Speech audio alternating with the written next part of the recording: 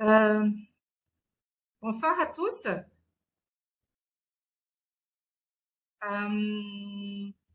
En tout cas, merci d'être présent aujourd'hui à ce webinaire organisé par Solidis. Écoutez, on a essayé d'attendre les autres participants, mais je pense qu'il y a quand même un souci de connexion vu qu'il pleut beaucoup maintenant. Si vous permettez, on va commencer puisque vous êtes quand même déjà là. Donc, déjà, merci. Donc, je me présente, Weller Swan Jameson, Chief Investment Officer auprès de Solidis Capital Investissement. Nous serons donc ensemble pendant 45 minutes, 1 heure. Durant ce webinaire, vous pourrez réagir et me poser vos questions via l'onglet questions à droite de votre écran. Et donc, j'y répondrai dans une seconde partie à la fin de ce webinaire. Enfin, pour le bon déroulement, je suis accompagnée à la technique par Andy de notre département informatique. Je voudrais juste m'assurer que vous m'entendez tous bien, s'il vous plaît. Vous pouvez réactiver un à un vos micros et confirmer. Très bien. Très bien. D'accord. Ok, donc pour ceux qui ne connaissent pas encore, enfin ceux qui ne connaissent pas encore Solidis en général, on va dire. Donc on est deux entités, on a Solidis Capital Investissement et Solidis Garantie. Donc moi, je représente aujourd'hui Solidis Capital Investissement, qui est donc, comme je l'ai dit tout à l'heure, une filiale de Solidis SA. Donc, nous investissons directement au capital des entreprises à forte croissance en général, dans tout secteur confondu à Madagascar, secteur BTP, comme vous le voyez sur le slide, qu'il s'agisse du secteur énergie, commerce, services, etc. Y compris même l'artisanat. Donc, nous proposons en fait des solutions de financement, on va dire, flexibles et adaptées aux entreprises. Donc, qu'il s'agisse de questions d'optimiser, on va dire, la croissance des entreprises, que ce soit éventuellement, par exemple, pour se démarquer de votre concurrence ou de gagner en rentabilité, en compétitivité. Nous sommes là. Si vous cherchez par exemple à lancer un nouveau développement dans l'acquisition de matériel ou on va dire l'optimisation de process, Solidis peut également vous accompagner là-dessus. Ou tout simplement, et qui fait référence justement à notre webinaire d'aujourd'hui, de financer vos besoins à court terme pour favoriser votre besoin en fonds de roulement et votre trésorerie ou pour améliorer votre business model. Donc, nous pouvons vous proposer des solutions. Donc, globalement, comme je l'ai dit tout à l'heure, nous prenons participation minoritaire dans une entreprise à l'horizon de 6 à 36 mois, mais avec possibilité d'extension, avec un ticket d'intervention environ en moyenne de 250 millions d'arias, mais ça peut aller de 100 millions d'arias jusqu'à 1 milliard d'arias, même au-delà si suivant l'objet du projet en fait. Donc voilà en général, et donc en complément, nous offrons également une garantie financière fiable à hauteur de 50 à 100% pour, allez, on va dire, pour une meilleure introduction de dossiers de financement des entreprises auprès des institutions financières en général à MADA, donc qu'il s'agisse des banques primaires ou des institutions de microfinance. Donc voilà, en ce qui concerne Solidis en général. Donc là, on va vraiment rentrer dans le vif du sujet, notamment donc le thème que nous allons voir aujourd'hui, c'est comment optimiser sa trésorerie, notamment en période de crise. Donc, nous allons aborder ensemble les problèmes de trésorerie auxquels les entreprises font face habituellement. Donc, plusieurs cas de figure peuvent être rencontrés. Il est certes évident que la crise du coronavirus qui persiste quand même depuis plusieurs mois, voire des 2 années entières, a eu et aura un impact réel et direct sur la plupart des entreprises. Et certaines activités, malheureusement, seront plus affectées que d'autres. Donc aujourd'hui, la gestion du cash doit être vraiment une priorité du chef d'entreprise. Il faut se fixer des objectifs, y porter attention à la semaine, à la journée même, en essayant de prévoir au maximum sa trésorerie. C'est vraiment très important de s'en préoccuper au quotidien. Donc aujourd'hui, je vous partagerai des solutions de gestion courante qui sont, on va dire, capables éventuellement d'aider à la préservation de la trésorerie, et ce, indépendamment des éventuelles décisions que pourrait prendre l'État, donc le gouvernement. Donc voilà. Donc une fois de plus, bienvenue à cette présentation sur les aspects liés à la gestion de trésorerie. Bien sûr, il faudrait savoir une chose, c'est que on va essayer de réaliser cet exposé de manière assez simple, vu en fait la disparité des personnes qui participent. Donc, nous allons faire en sorte que ça soit un peu plus facile à comprendre, même pour les non-initiés à la finance. Une chose également, c'est que il ne faut tout de même pas s'attendre à des solutions miracles. Elles n'existent tout simplement pas. On va dire que la gestion de trésorerie, au-delà des techniques et comme la gestion d'entreprise, requiert une gestion en bon père de famille avec beaucoup de bon sens. Et donc, je vous invite à participer également, à réagir, à apporter éventuellement vos expériences, vos vécus au fur et à mesure de notre exposé. Donc là, vraiment, à partir de là, on va commencer.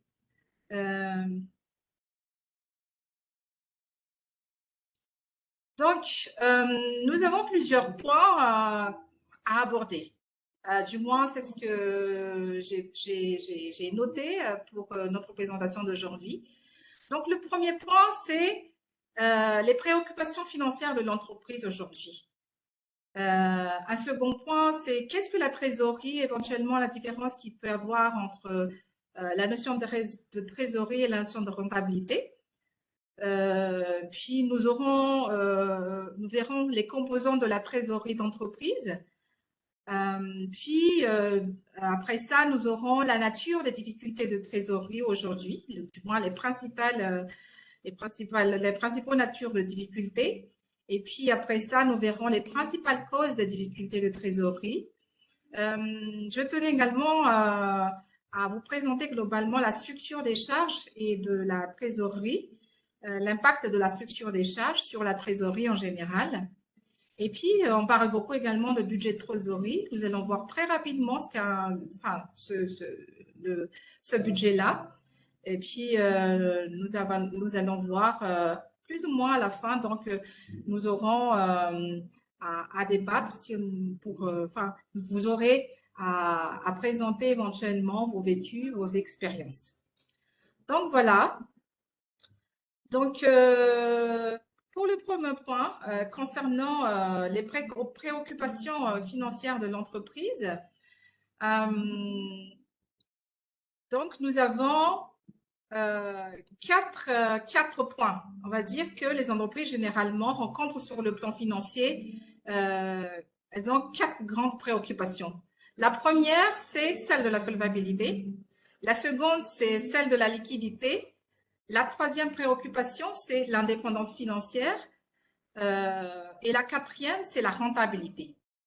Alors, la solvabilité, globalement, ça permet tout simplement d'apprécier la capacité d'une entreprise à rembourser ses dettes, notamment les dettes d'investissement. Quand une entreprise enquête d'argent pour réaliser un projet, la question qu'on se pose, est-ce que le projet est en mesure de rembourser l'entente? Puis la deuxième question qui se pose, c'est les aspects liés à la liquidité. Alors, pour rappel, la liquidité, c'est d'évaluer la capacité de l'entreprise à faire face à ses dépenses courantes. Le fait, par exemple, de payer son personnel, d'acheter ses approvisionnements, de payer ses différentes charges et tout ce qui est lié à l'indépendance financière Et puis, il y a tout ce qui est financement. Il y a les financements propres et les financements étrangers. Alors, plus il y a de financement étranger, moins l'entreprise a la capacité de demander des prêts auprès de la banque. Et puis, bien sûr, il y a cette notion de la rentabilité liée au résultat. Un résultat qui peut être positif, mais la question qui se pose, encore une fois de plus, est-il suffisant? Donc, voilà les points globaux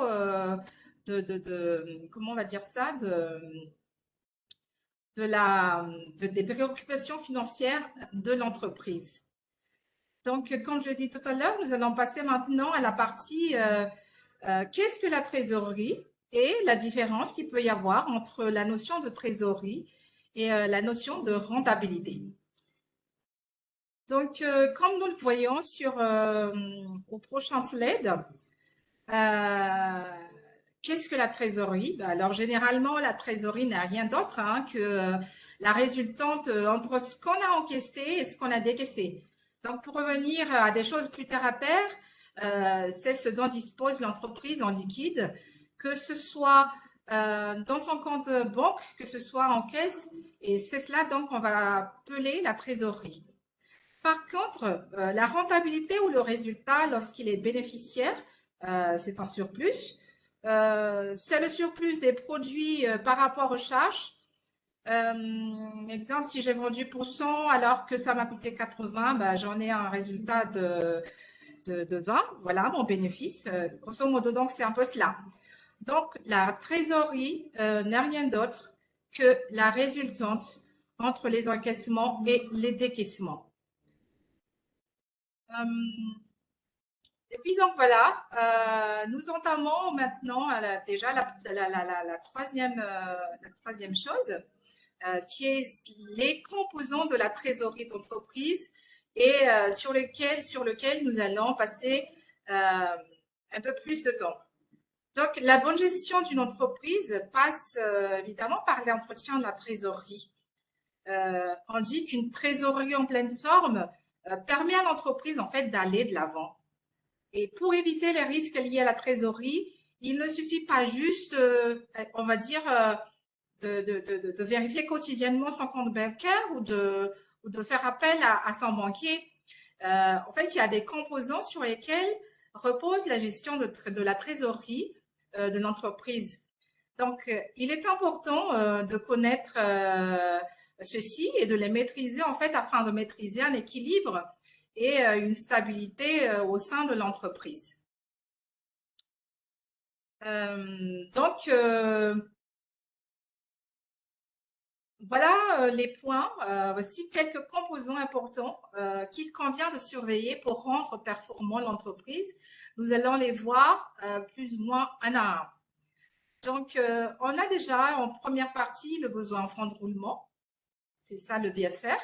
Puis les créances clients, puis et en face également tout ce qui est impayé. Les stocks, puis tout ce qui est salaire, les échéances fiscales et sociales, les fournisseurs, le montant de sommes mobilisées, les nouveaux clients et enfin le coût de crédit et d'investissement. Donc, on parlera en premier lieu du besoin en fonds de roulement. C'est vraiment la première composante de la trésorerie. Quand vous le voyez, le mot le plus important dans le besoin en fonds de roulement, c'est le mot besoin. Donc, la trésorerie, en fait, permet de situer, si vous voulez, sur l'état de santé d'une entreprise. Comme on l'a dit tout à l'heure, il résulte de la différence entre les ressources disponibles pour le financement des activités et le besoin en fonds de roulement.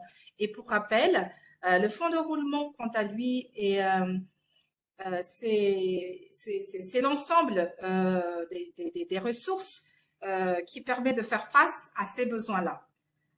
Donc, ces besoins, en fait, résultent des écarts entre les opérations de trésorerie qui ne sont rien d'autre que la différence entre l'actif et le passif, si nous avons le bilan de l'entreprise. Et donc, globalement, si votre fonds de roulement, c'est vraiment un calcul à réaliser, si votre fonds de roulement est supérieur à votre besoin en fonds de roulement, on peut alors dire que votre trésorerie est positive. Et dans le cas contraire, celle-ci montre que c'est négatif. Donc, il importe surtout donc de trouver des solutions de financement afin de faire face aux échéances, sinon la trésorerie ne durera pas longtemps. Donc, comme nous le voyons sur le slide, il faut donc travailler la diminution du besoin en fonds de roulement. Cela est une possibilité pouvant permettre d'améliorer la trésorerie de l'entreprise. Le principal, c'est surtout d'avoir une visibilité sur les activités prochaines. Ce qui veut dire que vous devez donc gérer avec finesse, on va dire, les prévisions et activer, si possible, des leviers les plus conformes au financement. Et cela vous permettra finalement d'anticiper sur les cas de manque de trésorerie, évidemment, et de prévoir des fonds nécessaires pour pouvoir prendre les mesures plus tard. Donc, globalement, comment expliquer le BFR? C'est le décalage dans le temps entre le moment où l'argent sort, comme lors de paiement des fournisseurs, des impôts, des salaires et des cotisations sociales. Et par rapport à ça, celui où l'argent rentre, donc au moment de paiement des clients. Donc voilà pour ce premier composant.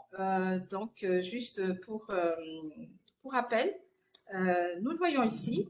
À partir du moment où vous avez un BFR qui est positif, qu'est-ce que cela veut dire? Ça veut dire tout simplement qu'il y a un besoin de trésorerie, que dans votre entreprise, l'argent sort plus vite qu'il ne rentre.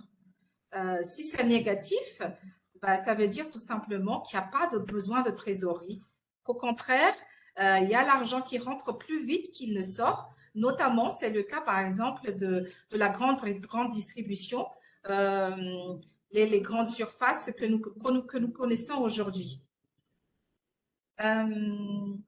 Donc, voilà ce premier point, ce premier composant qu'on a vu. La deuxième composante, on va dire, c'est les créances clients et puis les impayés. C'est la deuxième composante de la trésorerie. Il faut savoir que le poste client constitue aux environs de 40% de la valeur de vos entreprises. Hein, c'est énorme. Vos clients, vous les connaissez souvent très, très bien. Ça dépend, en fait, si on parle au niveau de PME, même de grandes entreprises, comme je l'ai dit tout à l'heure. Donc, les clients, ils peuvent être des amis. Ce sont des relations de longue date, mais ces amis ou ces relations, si demain n'auront plus de source de financement pour pouvoir régler les factures qu'ils ont à vous régler, ils ne vous paieront pas. Et par voie de conséquence, ça peut engendrer ce qu'on appelle un effet systémique et un effet domino. Comme vous connaissez tous les dominos, hein, on connaît tout ça, qui fait que les difficultés des uns se projettent sur les autres et peut amener carrément les entreprises dans des situations compliquées. Donc, il faut vraiment essayer de s'informer à tout moment de leur solvabilité, de leur santé financière et leur capacité à honorer les règlements qu'ils vous doivent. Qui mieux qu'aujourd'hui doit être informé de la solvabilité de ses propres clients? Je pense qu'aujourd'hui, c'est un sujet qui est extrêmement important et dont tout chef d'entreprise ne doit pas se sauter la nécessité d'en être informé. Le constat global aujourd'hui, c'est que les délais de paiement sont historiquement lents du fait de la crise sanitaire qui s'est installée et qui prévaut encore. Donc aujourd'hui, toutes les factures vont avoir leur importance, même les plus petites. Mais on sait tout à fait que la réalité que récupérer son dû n'est pas aussi simple que ça. Et je pense que vous, chacun à votre niveau, vous êtes à même d'avoir fait cette expérience. Mais en plus, donc, au-delà de ça, en matière commerciale, il est souvent difficile de passer à une réduction des crédits clients. Mais il faut savoir que cela s'avère efficace si l'on tient à améliorer la trésorerie de l'entreprise. Bon, en termes de palliatifs, on va dire par rapport à ce qui pourrait se faire, de comment on fait pour réduire ces créances-là, c'est que vous allez éventuellement pouvoir faire, par exemple, demander des escomptes auprès des banques. Vous Il y a également des offres sur tout ce qui est avance sur facture pour faire face en fait à toute mauvaise surprise. Bon, ils peuvent être coûteux, mais donc par rapport à ça, déjà aussi, Solidis peuvent vous accompagner, que ce soit au niveau de Solidis Capital Investissement, pour vous appuyer en fait par rapport à cette trésorerie ou éventuellement via Solidis Capital qui pourrait donner donc en fait cette partie garantie aux entreprises pour demander ces genres de lignes de crédit au niveau des banques ou auprès des institutions, d'autres institutions de microfinance si elles ont cette offre-là. Donc, en matière de créances sur client, il y a deux choses à suivre. La première, c'est l'importance du montant des créances sur client d'un côté, et de l'autre côté, c'est la durée du crédit également, qui peut être très important. Et là, je tiens à signaler une chose, c'est que certaines de nos entreprises aujourd'hui, notamment en Madagascar, je parle des entreprises de Madagascar, hein, qu'elles soient privées ou publiques, peu importe, certaines de nos entreprises connaissent des difficultés assez importantes, notamment celles qui ont des contrats avec les administrations. Et c'est connu que les administrations aujourd'hui, non seulement ils ne paient pas au comptant, mais en plus, très souvent, elles payent 3, 4, 5, parfois 6, même bien au-delà. Donc au-delà de ces 6 mois, après la fourniture de la prestation de la marchandise, ce qui est énorme. Donc, les entreprises n'ont pas, bon, j'allais dire, à subir ce type d'impact, mais bon, pour le moment, elles le subissent. Donc, vous allez poser la question, pourquoi suivre ces points-là? Tout simplement pour savoir si on a, entre autres, des niveaux de créances correctement dimensionnés ou bien surdimensionnés. Et donc, si ce niveau de créance est surdimensionné, bien sûr, il faut entreprendre une opération de nettoyage, donc de ramener ces créances clients à un niveau beaucoup plus raisonnable. Pour les petites entreprises, on va dire que c'est un atout de réactivité, d'adaptabilité et vos clients sont conscients. Donc, il faudrait que pour les petites, moyennes entreprises, que vous soyez transparent avec vos clients et n'hésitez pas à expliquer à vos clients que sans leur règlement, ils mettent en péril l'avenir de l'entreprise. Vous pouvez même aborder d'ailleurs dès la prise de contact le sujet des délais de règlement ou des délais d'intervention si vous commandez des matières premières après la signature de devis. Donc, il y a également des possibilités pour les entreprises, et on va dire, d'encourager les clients à acheter au comptant plutôt qu'à crédit, de différencier les prix comptant des prix mis à la disposition des clients qui achètent à crédit, etc., etc. Donc, on peut trouver des solutions, encore une fois. La deuxième chose que l'on doit faire également, c'est de faire très, très attention aux impayés. Lorsqu'une créance ou un client ne paie pas, c'est carrément de ne plus lui vendre et notamment de ne plus lui vendre à crédit. Et donc, à partir de ce moment-là, une sorte de réflexe, si ce réflexe-là a été pratiqué par toutes les entreprises, il y a une sorte de confiance qui reviendra parce que le climat d'affaires a besoin d'une certaine confiance. Après, pour encaisser au plus vite votre chiffre d'affaires, il y a quelques conseils que vous pourriez directement appliquer. Donc, le premier, pour réduire les délais de paiement d'une facture, il faut déjà s'assurer qu'elle correspond à un devis, un bon de commande ou un bon de livraison. Et il faut qu'elle soit également en lien avec le mode de traitement des clients ou des fournisseurs, ce qui facilitera réellement sa prise en charge. Je prends un exemple. Si les clients, si les fournisseurs sont plus sur les virements, et virements avec une banque spécifique, autant que possible que vous adoptiez dans vos factures, c'est ce mode de règlement. Un autre conseil qui pourrait être appliqué directement également, c'est qu'il faut afficher clairement sur les factures, par exemple, les indemnités forfaitaires appliquées. Le recours, si nécessaire, un service de recouvrement et toutes les informations nécessaires pour que le client et le fournisseur puissent régler la facture. Qu'il s'agisse par exemple de l'IBAN, les délais de règlement et toute information que vous jugeriez nécessaire à votre niveau. Un autre point également qui pourrait se faire, peut vous permettre d'améliorer déjà votre trésorerie, du moins au niveau des créances clients, c'est de demander un acompte au client lors de la commande ou à la signature d'un devis. C'est également un bon moyen d'améliorer votre trésorerie.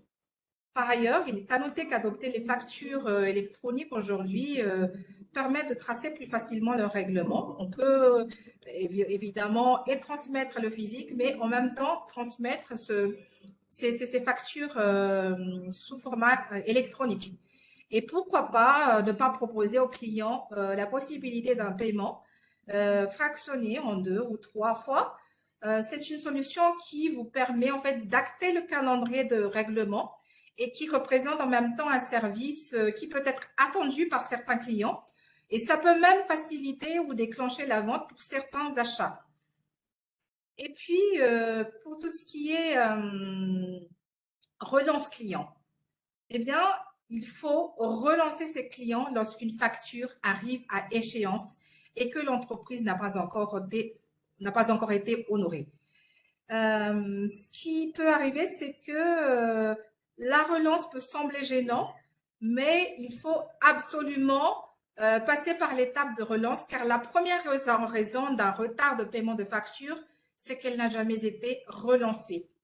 Pour une entreprise, la relance peut intervenir, enfin ça dépend de la taille, mais si on prend par exemple une petite entreprise, cette relance-là peut intervenir dès le lendemain de l'échéance. Et puis après, pour les autres types d'entreprises, ça dépend vraiment des procédures qui sont mises en place au niveau de chaque entreprise. Et donc, évidemment, sans réponse du client, vous allez pouvoir mettre éventuellement, réaliser une mise en demeure, mais ça déjà, c'est déjà à un stade un peu plus avancé dans la relation. Mais il faut savoir que plus on attend de relancer et plus ça devient compliqué.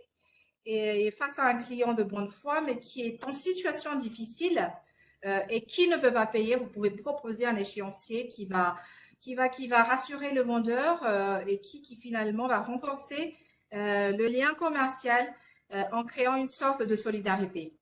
Donc, vous comprenez un petit peu la situation dans laquelle votre client est.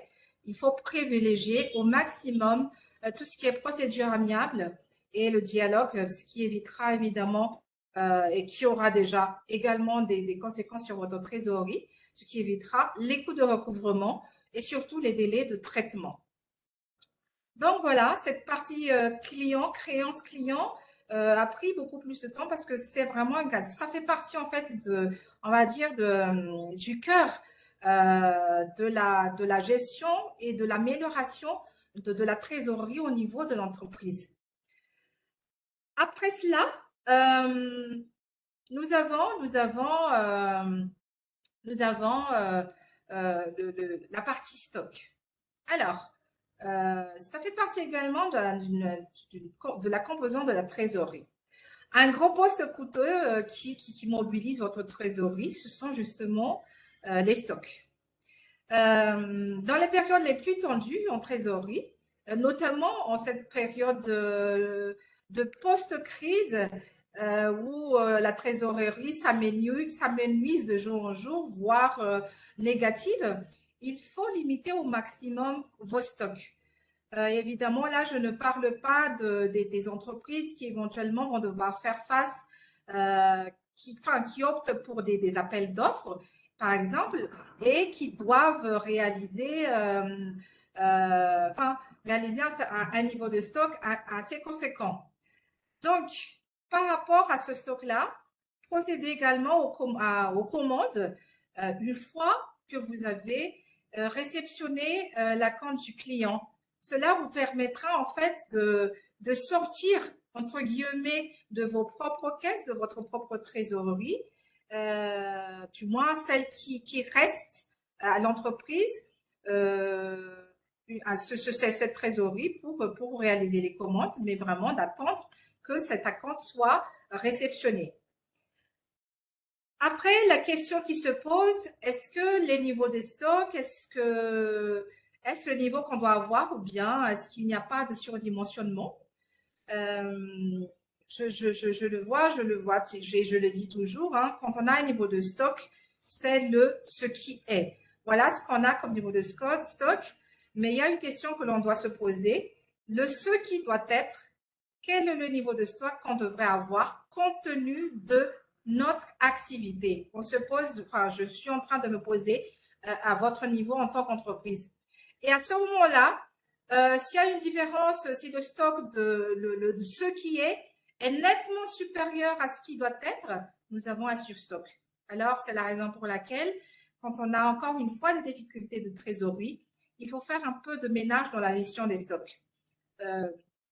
Dit comme ça paraît simple, ça paraît simple, mais au niveau des entreprises, ce n'est pas toujours facile. La plupart du temps, ce qui rend la gestion des stocks très difficile, c'est le nombre de références. Du moins, je parle là vraiment des entreprises qui qui a un niveau de stock important. Donc, c'est le nombre de références qui rend la gestion des stocks assez difficile, vu que la plupart du temps, les entreprises gèrent des centaines, des milliers de références et parfois même des dizaines de milliers de références. Et si on prend par exemple, allez, on prend le cas des supermarchés, elles gèrent plus nettement plus de si ces supermarchés en Europe, ça gère au minima 300 000 références différentes les unes des autres. Alors, vous voyez que c'est pas facile à gérer. Donc, c'est pour la raison pour laquelle il y a des ratios de stock également. Donc, ça, on retrouve vraiment un petit peu en détail, qui peuvent vous donner donc des informations suivantes. Un stock, combien de temps faut-il pour l'écouler? C'est ce qu'on appelle la durée d'écoulement de stock ou la rotation des stocks. Donc, voilà. Sinon, au-delà de ça, euh, euh, il y a cette partie, comment on va dire ça? Vous pouvez toujours également, au-delà de ces pratiques, procéder à on va dire, la diminution de ces stocks-là pour limiter en fait tout ce qui est surstockage également. Parce il faut savoir que à partir du moment où vous faites un surstockage, on risque également d'avoir des stocks qui vont être périmés. Et donc, voilà, il faut faire attention à tous ces points-là. Après, à part cette partie stock, nous allons passer à une autre composante de la trésorerie toujours, c'est les salaires. Alors, les salaires également, ça représente un poids pour la plupart des entreprises, juste à cause de l'importance dans la trésorerie. Il est vraiment important de ne pas empiéter sur les dates de paiement. Cependant, vous pouvez négliger légèrement l'impact de ceci. Anticipez, faites des prévisions et réagissez immédiatement.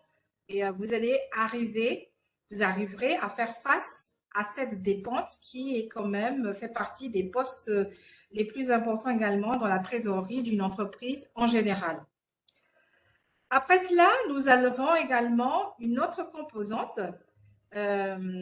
qui est les échéances fiscales et sociales.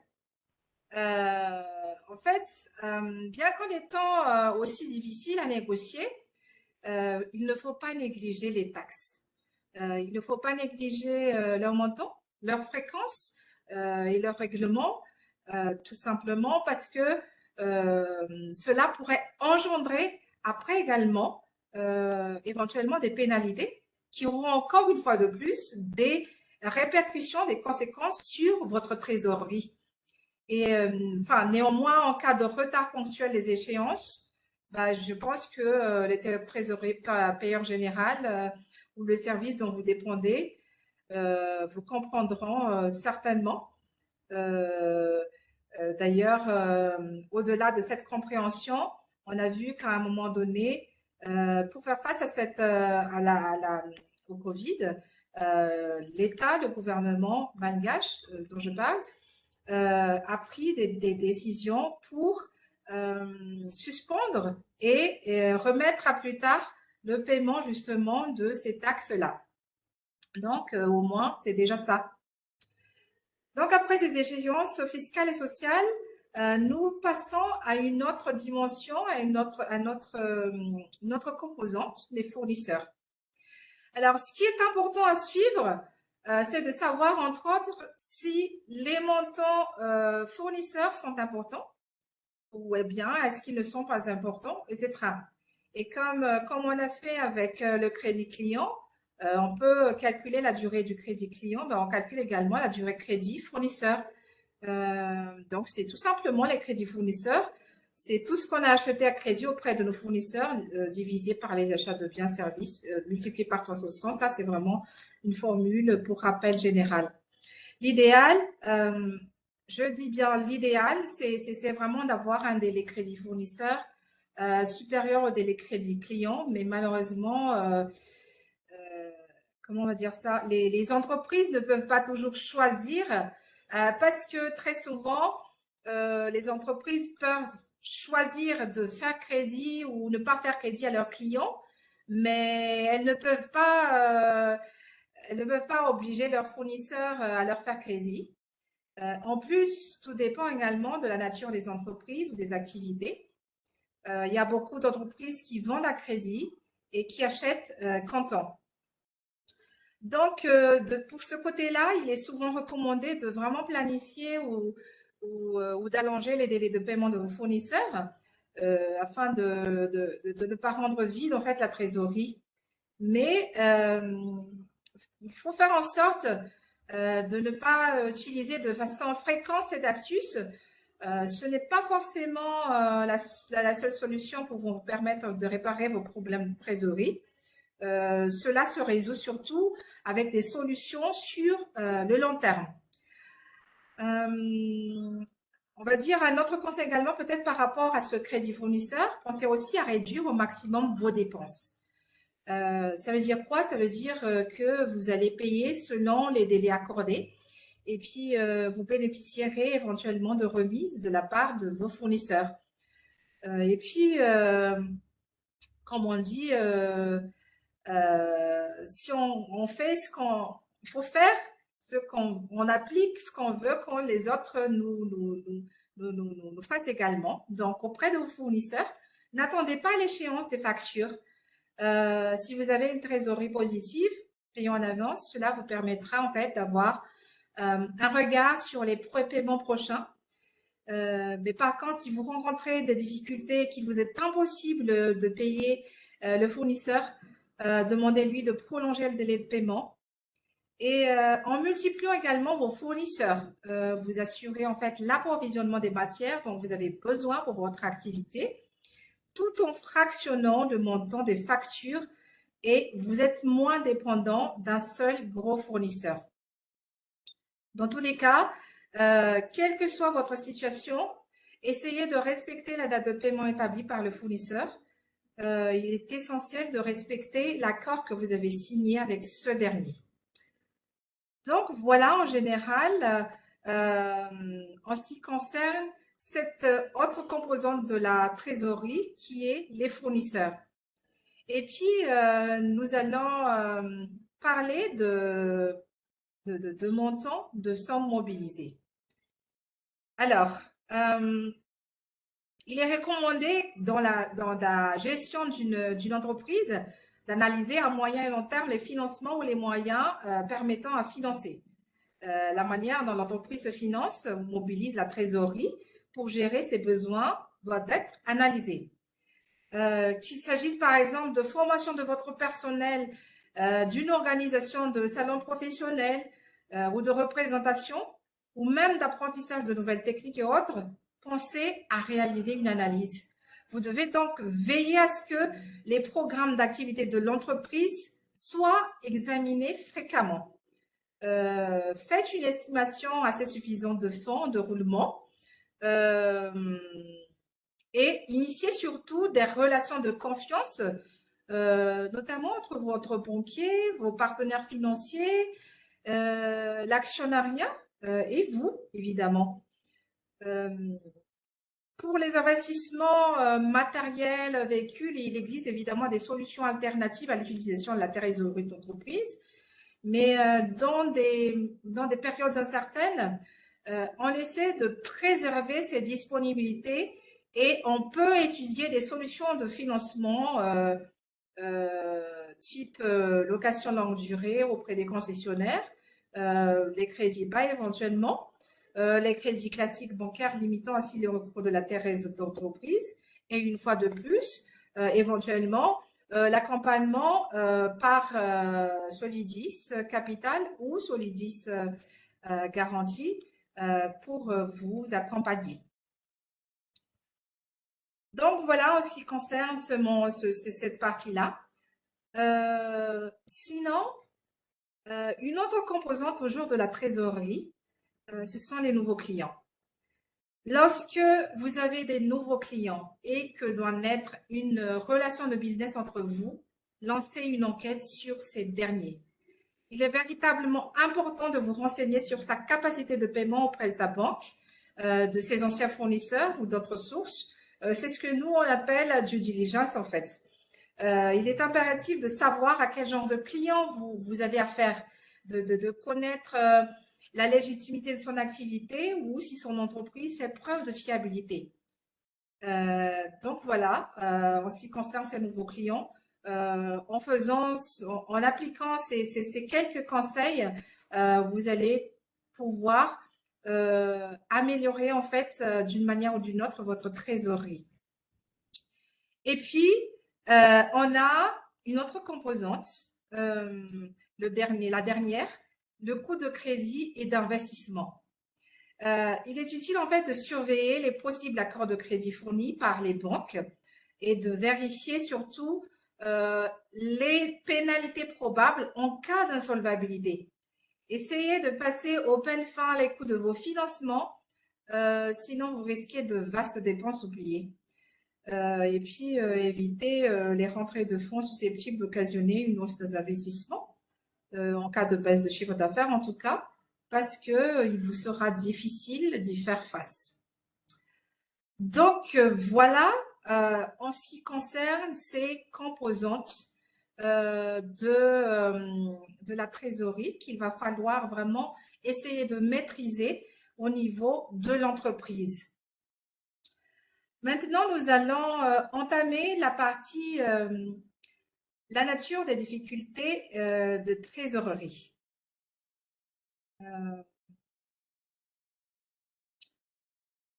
Alors, concernant la nature des difficultés des trésoreries, en fait, les entreprises ont souvent des difficultés de trésorerie. Généralement, on peut avoir deux cas de figure. On peut avoir soit une trésorerie largement excédentaire et on ne sait plus quoi en faire. Et à ce moment-là, on parle de trésorerie oisive. Et en particulier dans les pays où on va dire, des économies où le taux d'inflation est assez important. Et il est intéressant d'étudier à ce moment-là la possibilité de placer cet argent ou de l'utiliser, de ne pas laisser cet argent dormir. Mais bon, malheureusement, ce n'est pas le propre de toutes les entreprises, notamment les entreprises à Madagascar. Il y a quelques rares entreprises qui ont des excédents de trésorerie assez importants, mais le gros des entreprises rencontrent plutôt des difficultés. Elles ont des difficultés à boucler leur fin de mois. Alors, cette difficulté, la nature de cette difficulté, elle est liée à trois aspects. La première, elle peut être accidentelle. Il se peut qu'il y ait une période où l'entreprise va avoir plus de décaissements que d'encaissements. Nous-mêmes, en tant que personne, il peut nous arriver effectivement comme ça, accidentellement, de ne pas pouvoir boucler la fin de mois. C'est un accident de parcours, mais ensuite les choses rentrent dans l'ordre. Et puis, le deuxième aspect, c'est les difficultés périodiques ou saisonnières. Alors, qu'est-ce qu'une difficulté périodique ou saisonnière? Ça peut se traduire soit par une baisse d'activité ou bien par des décaissements plus importants dans ce que l'on connaît que ce que l'on connaît d'habitude. Donc voilà. si on prend vraiment un exemple terre à terre, il y a des entreprises, notamment dans le domaine, par exemple, du tourisme, notamment les grosses installations qui sont touristiques. Eh ben, le gros de leur chiffre d'affaires, elles le réalisent sur 3 ou 4 mois. Et donc, le reste, il y a une baisse d'activité. Et cette baisse d'activité se traduit très souvent par des difficultés de trésorerie. Donc, lorsque l'activité baisse, il se peut qu'on ait, des difficultés de trésorerie. Le deuxième problème qui peut se poser, c'est qu'on a également des décaissements qui sont beaucoup plus importants qu'à d'autres périodes de l'année. Et là, les entreprises, par exemple, par exemple dans le domaine de l'industrie alimentaire, allez, on va prendre l'exploitation de produits halieutiques, par exemple, bah, ces entreprises-là sont obligées de s'approvisionner en l'espace d'un temps très limité, 2, 3 mois tout au plus, pour assurer l'activité d'une bonne partie de l'année. Et donc, voilà, en ce qui concerne leur cas en général. Donc, voilà les difficultés que l'on peut qualifier de difficultés saisonnières. Donc, elles sont liées à la saisonnalité.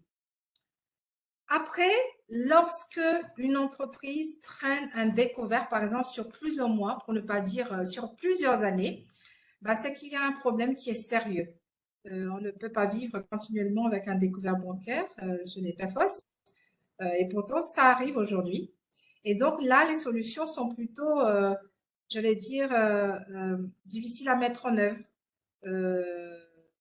Mais pour résoudre ce problème structurel, il faut vraiment s'attaquer, quitte à réaliser vraiment un audit, comme on dit, pour voir où est vraiment les problématiques de l'entreprise.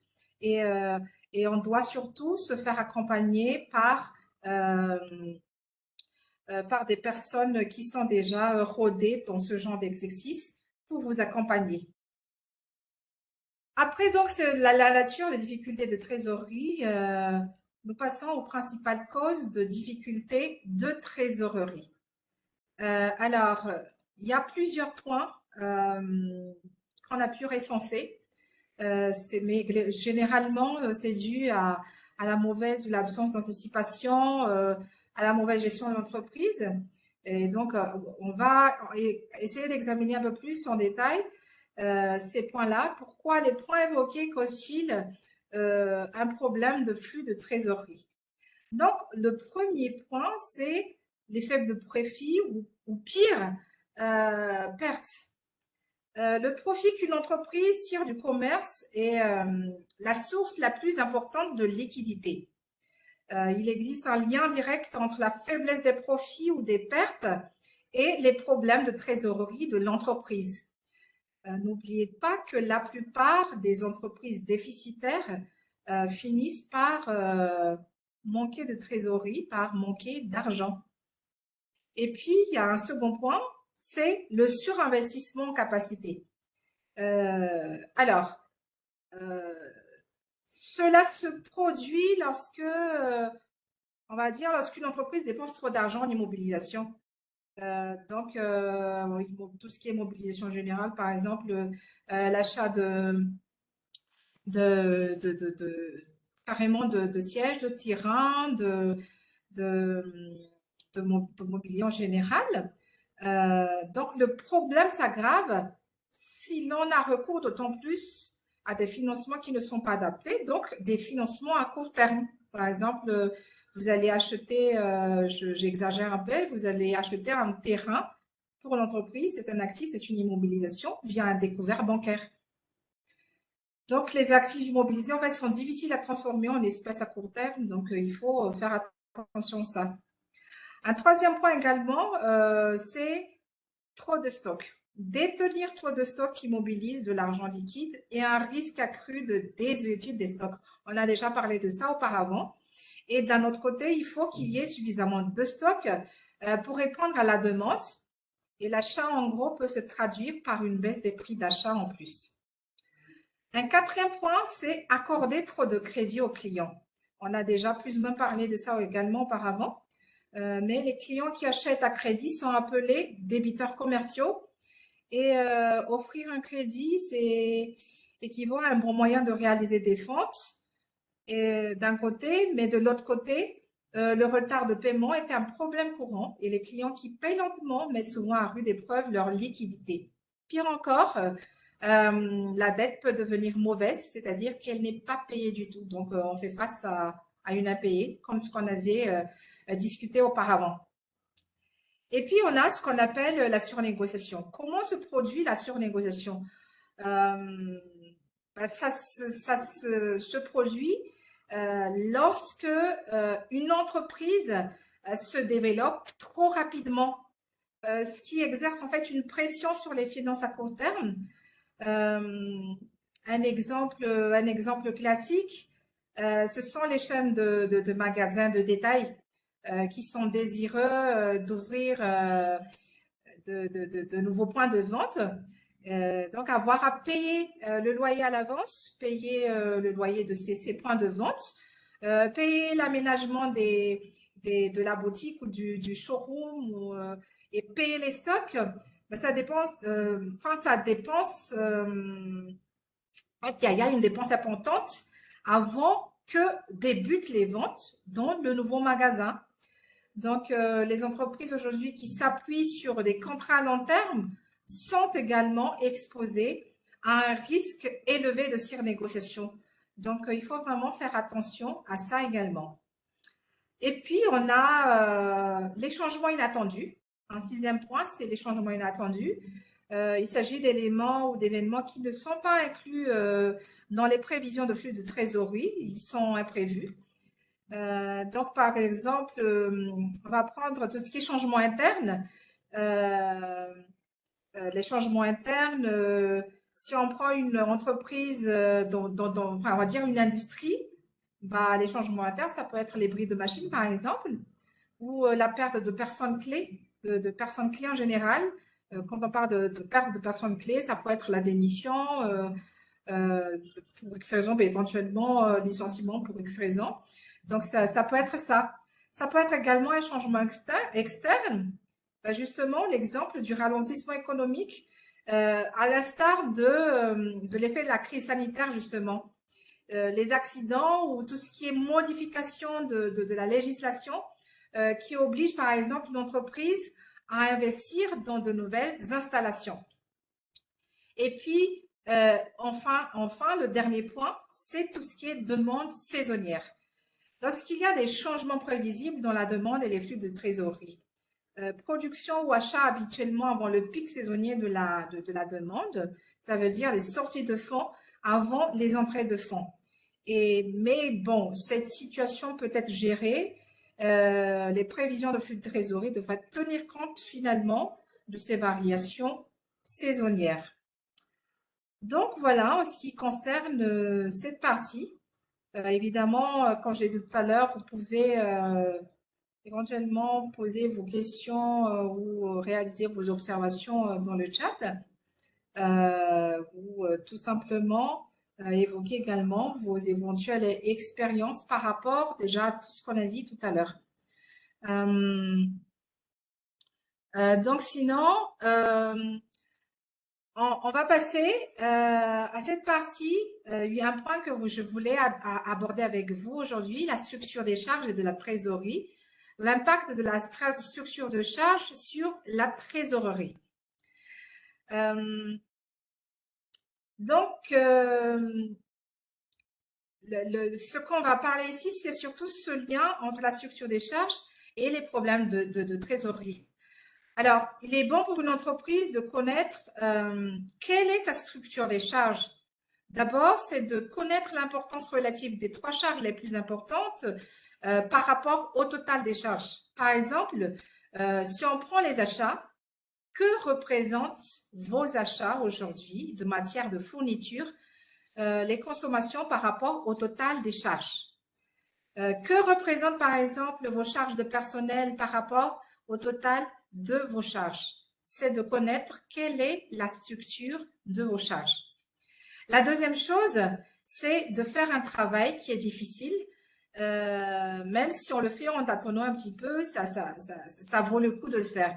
C'est vraiment d'essayer de classer le total des charges que nous avons au niveau du compte de résultat d'entreprise, de classer ces charges-là en charges variables et en charges fixes. Alors, les charges variables, ce sont celles qui varient proportionnellement à l'activité et les charges fixes sont celles qui restent fixes, quel que soit le niveau de votre activité. Si on est dans le domaine, par exemple, de la confection, la matière première est une charge variable. Plus on produit, plus on consomme de tissu, plus on consomme de fils, etc. Mais par contre, les charges fixes sont fixes, quel que soit le niveau d'activité. Ce sont par exemple les loyers, ce sont les assurances, ce sont par exemple une partie des charges de personnel. Et donc, il est intéressant de mettre l'accent sur cet aspect. Alors maintenant, puisqu'on parle de charges variables et de charges fixes, il faut savoir une chose, c'est que les charges fixes affectent sérieusement la flexibilité des entreprises. C'est-à-dire que elle rigidifie en quelque sorte la gestion des entreprises. Alors, par quel biais? Ben, c'est bien simple. Lorsqu'on n'a pas d'activité ou lorsque l'activité a diminué, les charges variables vont diminuer, mais les charges fixes vont rester telles quelles et elles ne vont pas diminuer. L'idéal, en fait, serait que toutes les charges soient des charges variables. Donc, à ce moment-là, si l'activité est égale à zéro, alors on a des charges à zéro également. Mais malheureusement, ce type de charge n'existe pas. Mais par contre, ce que l'on peut faire, c'est de faire la chasse aux charges fixes. Alors, les charges variables, on peut toujours les diminuer par le biais, par exemple, de la réduction du gaspillage. On peut les diminuer également en négociant les contrats d'achat auprès des fournisseurs, surtout lorsqu'on achète des quantités importantes. Mais on peut les diminuer peut-être d'1%, de 2%, pas plus. Mais là, on vient généralement des surcoûts importants. C'est surtout au niveau des charges fixes. Et donc, la question qui se pose, est-ce qu'on peut diminuer ces charges fixes? La réponse est oui. D'abord, c'est de faire la chasse à toutes les charges fixes. Et donc, quelles sont les charges que l'on pourrait diminuer? La deuxième solution, c'est de transformer les charges fixes en charges variables. Alors, vous allez éventuellement me dire comment est-ce qu'on peut le faire. Transformer les charges fixes en charges variables.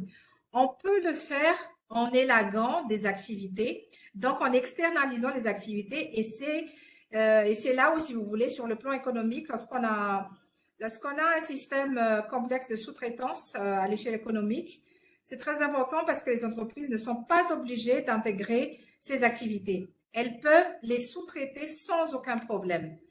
Donc, il y a de l'activité, on fait appel à la sous-traitance. Si l'activité a diminué, ben, on fera moins appel à la sous-traitance. Par contre, lorsqu'on intègre une activité, il va falloir construire, par exemple, des locaux. Il va falloir acheter de nouveaux équipements. Il va falloir recruter de nouveaux personnels, etc., etc. Donc, à ce moment-là, il y a non seulement des surcoûts, mais en même temps, ça alourdit le management, ça alourdit, ça, bien sûr, c'est valable, surtout pour les grosses, vraiment les grosses entreprises, des entreprises qui ne sont pas, enfin, voilà, ce ne sont pas des petites entreprises, quoi. Alors, cette externalisation ou cet élagage d'activité peut se faire soit en faisant appel à la sous-traitance. La deuxième possibilité, lorsque l'entreprise est très importante, c'est de filialiser. C'est-à-dire que lorsqu'une activité à l'intérieur de l'entreprise, il peut y avoir des surcoûts. C'est sûr qu'on ne pourra pas les voir, ils peuvent passer inaperçus. Mais à partir du moment où on a filialisé cette activité, cette filiale va travailler pour la maison mère. Et pour les entreprises, les filiales de la maison mère, mais si sa charge d'activité n'est pas suffisante, là, elle sera obligée de rechercher des marchés pour faire le plein de son activité. Donc, ça, c'est en fait l'avantage de filialisation lorsque l'entreprise est assez importante. Donc, voilà comment on peut réduire les charges. Alors, lorsque les charges fixes sont importantes, on peut avoir des difficultés assez sérieuses, c'est-à-dire qu'au moins il y a deux occasions ou deux situations où on risque de connaître des problèmes assez sérieux lorsqu'on a des charges fixes très importantes. C'est lorsqu'il y a une très très forte concurrence, lorsqu'il y a une guerre de prix. Alors, on est obligé de diminuer les prix parce que les autres entreprises ont diminué les leurs. Ils ont diminué leurs prix à leur niveau. Et donc, sur le plan du chiffre d'affaires, il va falloir dépasser un certain niveau de chiffre d'affaires pour commencer à être rentable. Et les entreprises qui ont des charges fixes réduites ont un chiffre d'affaires critique plus faible que celles qui ont des chiffres d'affaires plus élevés. C'est-à-dire que si une entreprise qui est une entreprise qui a des frais fixes très relativement faibles par rapport à une autre, a un chiffre d'affaires critique de 100 par exemple, à partir de 100, elle commence déjà à réaliser des bénéfices. Par contre, toujours un exemple, si nous avons une entreprise qui a un chiffre d'affaires critique de 120 ou 130, il faut attendre d'arriver à 120 ou à 130 pour commencer à réaliser des bénéfices. Alors, vous voyez là, les charges fixes vont influer et c'est ce qu'on appelle le seuil de rentabilité. Donc, encore une fois, lorsqu'il y a deux périodes ou de temps ou de situations, cette notion de seuil de rentabilité va jouer un rôle déterminant pour les entreprises. C'est lorsqu'il y a une guerre des prix, une très très forte concurrence ou bien lorsqu'il y a une baisse d'activité. Donc, il va y avoir une crise et l'activité va baisser. Et à ce moment-là, il faut pouvoir faire face à cette baisse d'activité. Ce qui est le cas aujourd'hui pour certaines entreprises qui en pâtissent, qui subissent le contre-coup de la crise actuelle. Donc, voilà ce que l'on peut dire des charges fixes et de leur impact sur la trésorerie. Et puis là, nous allons entamer assez rapidement la partie budget de trésorerie. Alors, il y a une chose également qu'il est bon de signaler, c'est justement, on parle beaucoup de gestion prévisionnelle et sur le plan prévisionnel, il y a le budget. Le budget, ce n'est rien d'autre qu'un plan à court terme qui va durer 1 an. C'est un plan à court terme. On l'élabore généralement, enfin, ça dépend en fait des entreprises, mais s'il veut entamer assez rapidement l'élaboration du budget, on l'élabore à partir du mois d'octobre et on fait des prévisions pour l'année qui suit. Alors, le budget, il y a deux choses que je voudrais dire sur le budget en amont du budget. Il y a des choses et en aval du budget, il y a des choses également. Mais on ne peut pas s'attarder sur ces choses-là. Mais ce que l'on peut dire également, c'est que le budget a un pied dans la prévision et un pied dans la réalisation. Dans la gestion budgétaire, on va retrouver un aspect qui est lié à la prévision, bien sûr, mais un aspect qui va être lié à la réalisation. Et ça peut être, j'allais dire, un outil de suivi de la performance au niveau des entreprises. Alors, vous allez éventuellement me poser la question, mais en quoi cela concerne la trésorerie? Tout simplement parce qu'il y a un budget, pour rappel, de la trésorerie. Alors, il faut savoir qu'on donne d'habitude une connotation financière au budget, mais en fait, le budget intéresse toutes les activités, toutes les fonctions, tous les processus au niveau d'une entreprise et pas uniquement les finances. Donc, il va intéresser que ce soit le marketing, il va intéresser la production, il va intéresser les approvisionnements, il va intéresser l'administration et bien sûr les finances. Alors, qu'est-ce qu'un budget de trésorerie? Ce n'est rien d'autre que la projection de la situation de la trésorerie sur l'année. Là, on est en 2022. Quelle sera la situation de la trésorerie en 2023? Bien sûr, on fait les prévisions pour l'année, mais ensuite, on ne peut pas attendre la fin de l'année pour évaluer si on a été en mesure ou pas. Donc, l'année, on va la décomposer en sous-périodes, généralement de mois, et on va faire le suivi de leur trésorerie mois par mois. Le budget de trésorerie, il est important parce que il va nous permettre de connaître l'évolution de la trésorerie période par période. Alors, lorsqu'on a fait ce travail pendant 2-3 années consécutives, nous pouvons connaître quelles sont les périodes où nous avons des trésoreries largement excédentaires et des périodes où nous avons des difficultés, on va dire plutôt sérieuses de trésorerie. Donc, c'est quand même une information qui n'est pas des moindres. Et à partir de là, nous pouvons essayer de chercher quelles sont les solutions pour faire face à ces difficultés. Et encore une fois, si les difficultés de trésorerie se présentent aux mêmes périodes, à ce moment-là, on parlera de problèmes de trésorerie qui sont saisonniers. Donc voilà, en ce qui concerne le budget de trésorerie. Alors, juste deux remarques par rapport à ça pour finaliser cette partie budget. D'abord, plus la taille des entreprises est petite et moins on fait de prévisions la plupart du temps. C'est des outils de gestion, des systèmes de gestion qu'on peut retrouver. J'ai bien qu'on peut retrouver dans les grosses entreprises, mais qu'on ne retrouve presque pas dans toutes les petites entreprises. La deuxième chose, c'est que plus on est sensible aux problèmes de trésorerie et plus la période de suivi de la trésorerie doit être courte. Exemple, un suivi mensuel, mais il y a des entreprises qui peuvent faire des suivis même par semaine, par décade. Et donc, pour faire face aux problèmes de trésorerie, à la situation de la trésorerie sur des périodes extrêmement courtes, d'accord? Donc, voilà ce qu'on peut dire de cette partie gestion budgétaire. Maintenant, la question est que faire au-delà de l'application de tout ce qu'on a vu auparavant? Alors, donc voilà ce que vous pourriez faire. Je l'ai décrite en 3 étapes, plus ou moins. En première étape, c'est d'identifier déjà à partir du moment où vous avez réalisé que vous avez un problème de trésorerie au niveau de l'entreprise. La première étape, comme je l'ai dit tout à l'heure, c'est d'essayer d'identifier d'où viennent le ou les problèmes. Bref, là où les causes des problèmes de trésorerie. En seconde étape, ben voilà, c'est de créer un dossier qui met en évidence le problème en question, qui fournit déjà à votre niveau une première solution claire et concrète et qui montre clairement vos besoins. Ça veut dire tout simplement d'utiliser un plan de trésorerie, présenter un dossier avec un plan de trésorerie et un compte de résultat prévisionnel. Toujours pour ça, essayez de vous faire accompagner par des professionnels, des personnes qui sont déjà rodées dans ce genre de travail pour vraiment vous aider à présenter un dossier qui en vaut la peine d'être évalué au niveau des banques, par exemple. Par exemple, également au niveau de Solidis qui pourrait vous accompagner.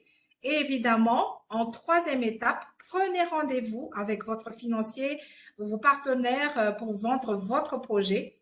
Et donc, notamment, pensez à vous munir de vos états financiers, enfin, des états financiers de l'entreprise des années précédentes.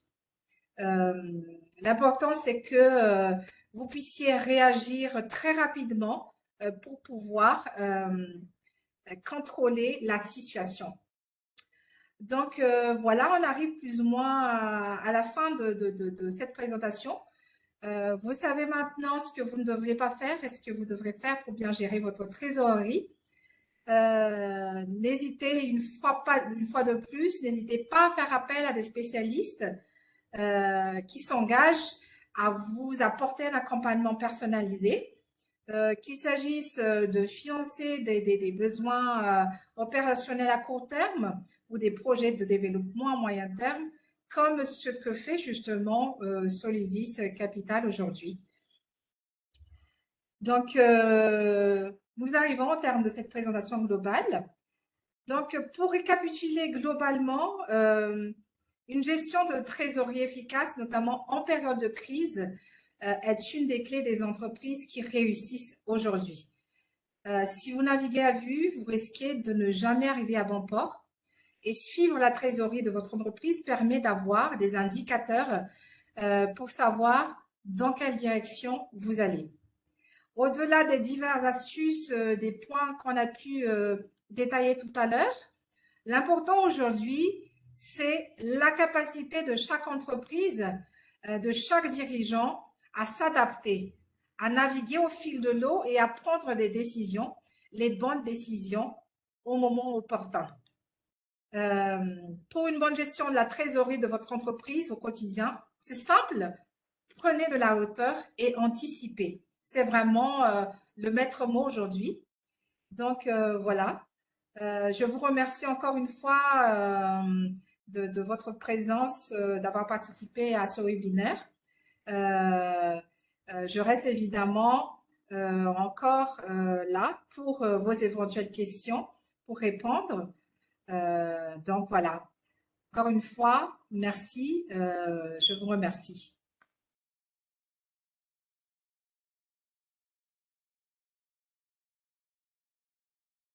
Alors, est-ce qu'éventuellement, il y aura quelqu'un qui voudrait éventuellement poser des questions ou réagir par rapport à ce qu'on a dit, par rapport à ce qu'ils vivent au niveau de l'entreprise où elles sont aujourd'hui? Vous avez la parole, hein?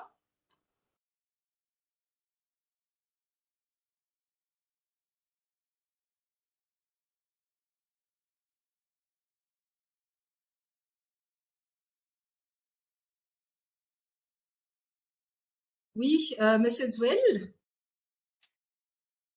Oui, bonsoir. oui, je vous écoute. Oui, par rapport à ce qu'on a vu et à ce que vous avez expliqué, donc là, ça concerne en général les entreprises. Et par rapport à la nôtre, qui est une institution financière, Mhm. moi je travaille à la PMF, donc en général, ça coïncide à nos pratiques. Mais il y a des cas particuliers parce que une institution de microfinance, l'activité, c'est comme les banques, ça, c'est la vente de l'argent. Donc, apparemment, il y a des particularités par rapport à ce qu'on a vu. Donc, ma question, c'est que est-il possible de voir ce cas, disons, particulier pour les institutions financières, de voir par rapport à ce qu'on a vu tout à l'heure, la gestion proprement dite de la trésorerie pour une institution financière? Merci beaucoup. Oui, je vous remercie pour votre question. Effectivement, aujourd'hui, c'était plutôt une présentation, on va dire, globale, qui n'était pas destinée à une activité vraiment spécifique. Effectivement, l'activité de microfinance, comme toutes les activités financières, notamment la nôtre, hein, on fait partie de cette institution financière, qu'on le veuille ou non. Effectivement, il y a toujours des parties, on va dire, spécifique et pas que pour nous. Même pour chaque secteur d'activité, il y a toujours des particularités. Mais je pense qu'aujourd'hui, effectivement, on va pas pouvoir s'étaler là-dessus. On pourrait éventuellement, et d'ailleurs, c'est ce que je propose à tous les participants aujourd'hui. Euh, Comme je pense, j'ai reçu quasiment toutes vos adresses. Si on est disponible, je suis disponible personnellement pour pouvoir en discuter vraiment à titre personnalisé pour voir ces questions spécifiques pour chaque secteur d'activité. Donc voilà. Certes, j'ai pas vraiment répondu à la question de Monsieur Duel, mais vous pouvez comprendre que pour les autres participants aujourd'hui, c'est un point assez spécifique. Donc, on va pouvoir prendre le rendez-vous un autre jour, si vous voulez bien. Merci. Merci.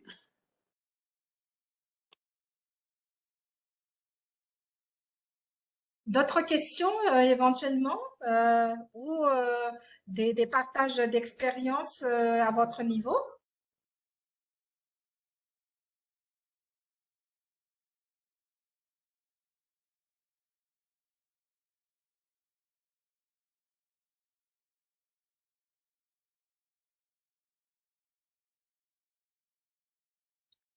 Plus de questions déjà?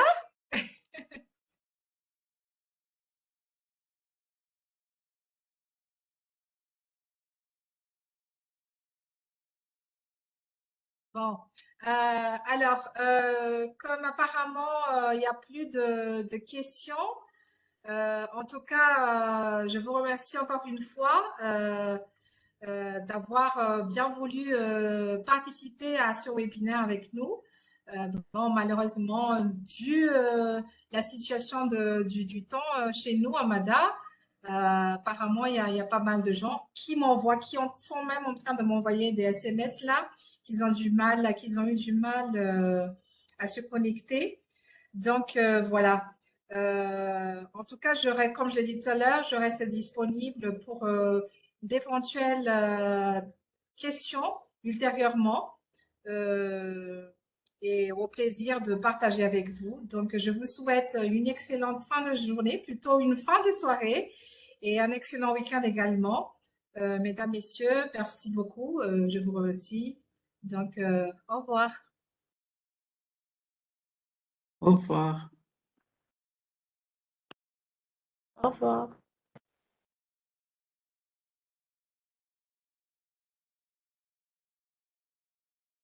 Au revoir.